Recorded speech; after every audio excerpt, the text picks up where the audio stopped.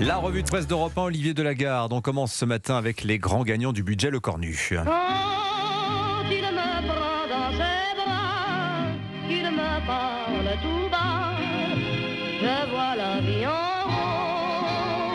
rose. Eh oui, heureux comme des socialistes en Macronie. Force est de reconnaître que ce sont les seuls à pouvoir se réjouir ce matin et leurs cris de victoire résonnent d'un quotidien à l'autre.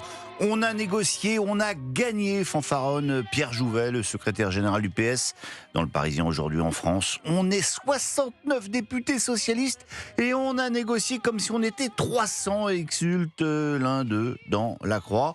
Et si vous doutez encore de la réalité de cette victoire rose, allez jeter un coup d'œil sur la morgue des Rouges. Long papier dans l'Humanité pour dénoncer les socialistes qui vont sauver la mise du Premier ministre lors du vote de censure. Ce PS qui avait présenté le renoncement 49-3 comme une victoire arrachée de haute lutte, rappelle Cyprien Cadéot, et qui fait désormais le service après-vente de cette option anti-parlementaire. Mais le plus important n'est pas là, Olivier. Non, la guerre des gauches n'a finalement que peu d'importance, Dimitri.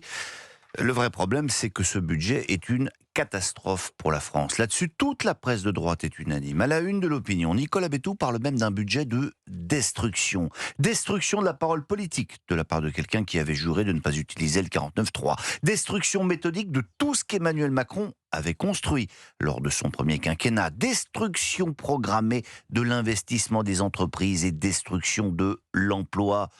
Parce que le Cornu a eu beau affirmer que 99% des entreprises ne seraient pas concernées par la purge fiscale, dans les Échos, Patrick Martin, le patron du MEDEF, lui répond « La France joue avec le feu. Au moment où les États-Unis et l'Allemagne baissent le taux d'imposition des bénéfices, la France les augmente. Les grandes entreprises irriguent tout un tissu de sous-traitants. Il y aura inévitablement des effets collatéraux sur toute l'économie. Et ne dites pas à Marc Fesneau, le patron du Modem à l'Assemblée, que ces efforts ne pèsent pas sur les Français. Parce que si ça ne pèse pas sur les Français, ça pèse sur qui, répond-il à l'Opinion? Sur les Américains? Sur les Japonais?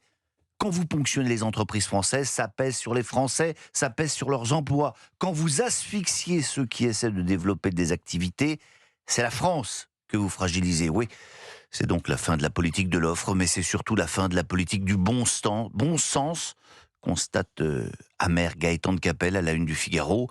Qu'a prévu le gouvernement? Davantage de dépenses et davantage d'impôts? Lorsque l'on détient le record des deux, il fallait y penser.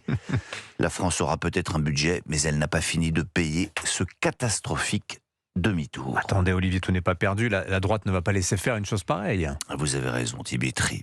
D'ailleurs, j'ai leur numéro, on va les appeler. Le numéro que vous avez demandé n'est pas en service actuellement. Nous regrettons de ne pouvoir donner suite à votre appel. Ah, ça.